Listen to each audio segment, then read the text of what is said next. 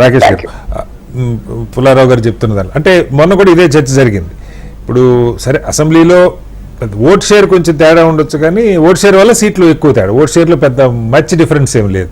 కానీ పార్లమెంట్ అనేసరికి బీజేపీ మోడీ ఇప్పుడు విఠల్ గారు చెప్పింది విన్నాం మనం, మూడోసారి కూడా వస్తారని భారీగా 370 ఈ ప్రచారం ఒకటి బలంగా జరుగుతూ ఉంది.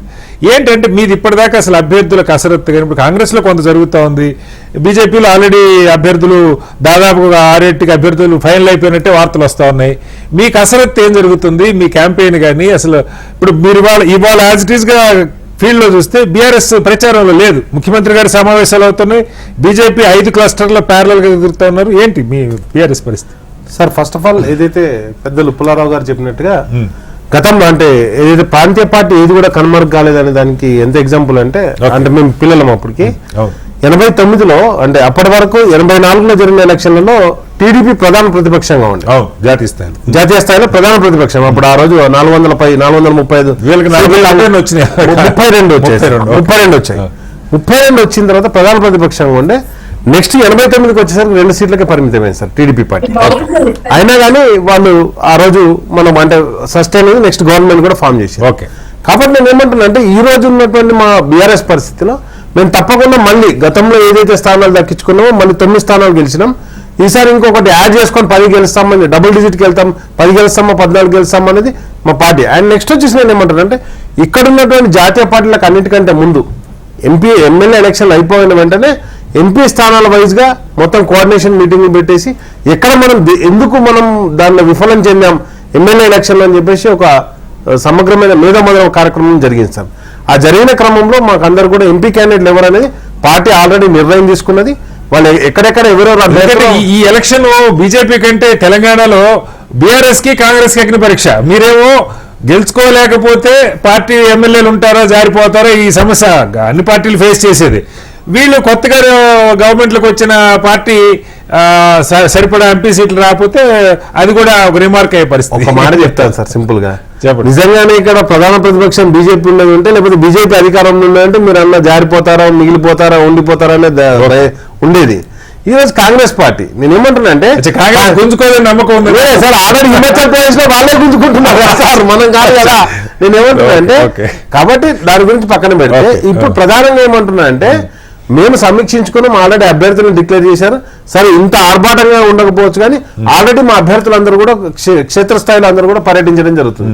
మేమంతా కూడా పోరాట పంతాన్ని ఎంచుకున్నాం. మేము ఏమంటున్నామంటే కేఆర్ఎంబీకి అప్పచెప్తా అన్నప్పుడు కృష్ణ రివర్ని అప్పచెప్తా అన్నారు. 2 రాష్ట్రాలు కూడా కృష్ణ రివర్ని అప్పచెప్తామని దానికి అంశాన్ని ఎత్తుకున్నాం.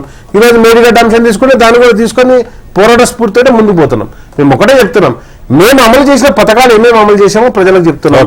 అదేవిధంగా ప్రతిపక్షాలు ఇచ్చినటువంటి హామీలు, ఈ రోజు పాలకపక్షంగా ఉన్నటువంటి కాంగ్రెస్ పార్టీ ఇచ్చినటువంటి హామీలు ఏ విధంగా అమలు చేయడం కూడా చెప్తున్నాం. అంతిమంగా ప్రజలు నిర్ణయం తీసుకుంటారు. మేడిగడ్డ తీసుకోవడంలో ఒక చర్చ ఒక పాయింట్ ఏర్పడుతూ ఉంది. బీజేపీ ఎక్కడ చర్చలో లేదు, ఎందుకంటే మేడిగడ్డది సీఎం గారు చాలా హైలైట్ చేశారు అక్కడ ఇది జరిగిందని. మీరు మళ్ళీ దాని మీదకి వెళ్తే ఒక వ్యూహాత్మకంగా స్టెప్ రేసులో ఈ 2 పార్టీలే కనపడాలన్న వ్యూహంతో ఈ నిర్ణయం తీసుకున్నారు. అక్కడ ఏం జరుగుద్ది పోతారు, సరే కేసీఆర్ గారు కేటీఆర్ గారు చూపిస్తారు, అంతకంటే జరిగేది ఉండదు. అదే రివ్యూ ఏదైనా సరే ఆ ఫ్లేవర్ ఇవ్వటం కోసం చేస్తున్నారని అంటూ ఉన్నారు. లేదు సార్, అక్కడ వాళ్ళు ఏదైతే విమర్శ చేస్తున్నారో, ఎందుకంటే ధవళేశ్వరం మనకట కాటన్ గారు కట్టిన 73 నుంచి వెళ్ళి 82 వరకు ఆ నిర్మాణం మళ్ళీ రీకన్స్ట్రక్షన్ చేశారు. చేసిన తర్వాత అక్కడ కూడా సేమ్ ప్రాబ్లం వచ్చింది. ప్రాబ్లం వచ్చినప్పుడు దాన్ని ఏదైతే 83 నుంచి వెళ్ళి 89 మధ్యలో మళ్ళీ రీకన్స్ట్రక్షన్ చేసి అంటే కట్ ఆఫ్ వాళ్ళు అది కిందికి కొంత పెంచేసి ఏదైతే ఉంటుందో మన స్కవరింగ్ ఏరియా ఉంటుందో దాన్ని ఇంక్రీజ్ చేయడం జరిగింది. ఆ విధంగా మేము ఏమంటున్నామంటే ఇది కూడా ప్రాజెక్ట్ లో 8 బ్లాక్స్ అయితే దాంట్లో ఒక block 3 pillars damage 86 gates sir దాంట్లో. కాబట్టి వాటి అన్నింటినీ ప్రజలకు ఎక్స్ప్లెయిన్ చేయడానికి ఇప్పుడు ప్రధాన సమస్య ఏంటంటే సార్, నీరు అవసరం ఉంది రాష్ట్రానికి. నీరు ఎక్కడ ఉందంటే గోదావరిలో ఉంది.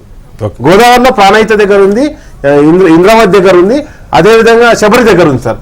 ఈ 3 దగ్గరనే మనకు ఉంది. ఎందుకంటే పైనుంచి మహారాష్ట్ర నుంచి వచ్చే వాటర్ అన్ని కూడా ఆపేశారు.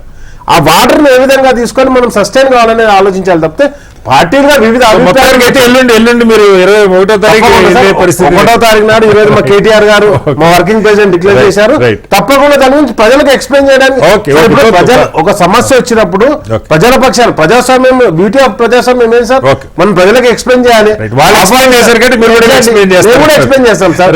వాళ్ళు అప్లై చెప్పారు, ఏమని చెప్పారు ఒకసారి క్విక్ గా చరణ్ గారు ఇందాక పుల్లారావు గారు ఒక మాట చెప్పారు, రేవంత్ రెడ్డి గారికి ఫ్రీ హ్యాండ్ ఇచ్చారా, అలా ఇచ్చినట్టుగా అయితేనే సక్సెస్ అవుతుంది, సీట్లు కూర్చోబెట్టి కింద నుంచి గుంజుతుంటే పని కాదని ఒక్క సింపుల్ గా ఏం చెప్తారు ఆ విషయంలో? అంటే రేవంత్ రెడ్డి గారు ఫ్రీ హ్యాండ్ ఇచ్చారు కాబట్టి ప్రమాణ స్వీకారాన్ని చూసిరు మీరు. దేశంలో సోనియా గాంధీ గారు, రాహుల్ గాంధీ గారు, ప్రియాంక గాంధీ గారు తెలంగాణ రాష్ట్రంలో రేవంత్ రెడ్డి గారి ప్రమాణ స్వీకారానికి వచ్చినట్టునే తెలంగాణ రాష్ట్రంలో రేవంత్ రెడ్డి గారికి ఫ్రీ హ్యాండ్ ఇచ్చారనేది చాలా స్పష్టంగా కనపడతాం. అదే కాకుండా కాంగ్రెస్ పార్టీ ఏ రాష్ట్రంలో అధికారం ఉన్నా మా ఎమ్మెల్యేలు కావచ్చు, మంత్రులు కావచ్చు, ముఖ్యమంత్రి ఫ్రీ హ్యాండ్ ఇస్తారని చాలా స్పష్టం. సో అలాగే మీరు ఎలాగ అందరినీ కలుపుకొని మాట్లాడుకుంటున్నారని చెప్తున్నారు, సమిష్టిగానే నిర్ణయాలు తీసుకుంటున్నామని కూడా చెప్తా ఉన్నారు. అంటే కాంగ్రెస్ పార్టీలో ఎమ్మెల్యే మంత్రితో సమానం, మంత్రి ముఖ్యమంత్రితో సమానం చాలా స్పష్టం.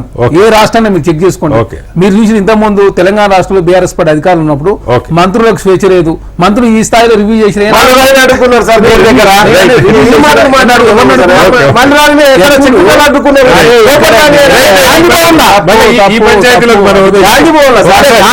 అది ఇప్పుడు గాంధీ భవన్ లో అడ్డుకునే గాంధీ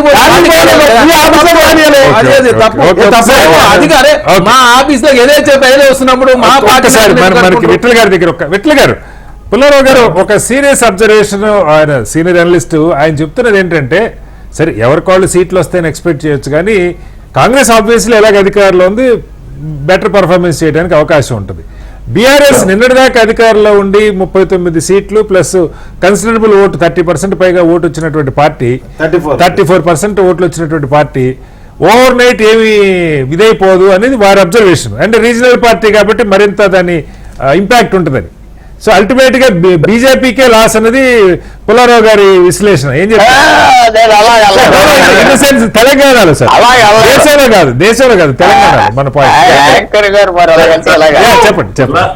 పుల్లారావు గారు చెప్పింది ఏంటంటే సార్, ప్రాంతీయ పార్టీలు ఈ దేశంలో ఒకసారి ఎస్టాబ్లిష్ అయితే ముక్కలు అయినా మళ్ళీ ఎమర్జ్ అవుతా ఉంటాయి. తమిళనాడు కానీ ఆంధ్రప్రదేశ్ కానీ అట్లా చెప్పి ఎగ్జాంపుల్ గా చెప్పారు.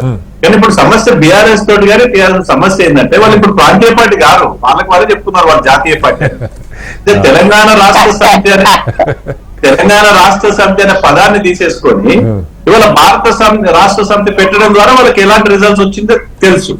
So at the same time మొన్న ఎన్నికలు ఎవరు అధికారంలో రావాలో రాష్ట్రంలో ఎన్నికలు జరిగినాయి. ఇవాళ దేశంలో ఎవరు అధికారంలోకి రావాలో, దేశంలో ఎవరు ప్రధానమంత్రి ఉన్నప్పుడు రేపు ఎంపీ సీట్లు బీఆర్ఎస్ కు గానీ ఇప్పుడు టీఆర్ఎస్ గానీ పార్లమెంట్ సీట్లు గెలిపిస్తే వీళ్ళు ఎలాగో ఇక్కడనో 5, 6, 10 ఎన్ని గెలిచినా సరే మన దేశంలో ఏం చేస్తారు?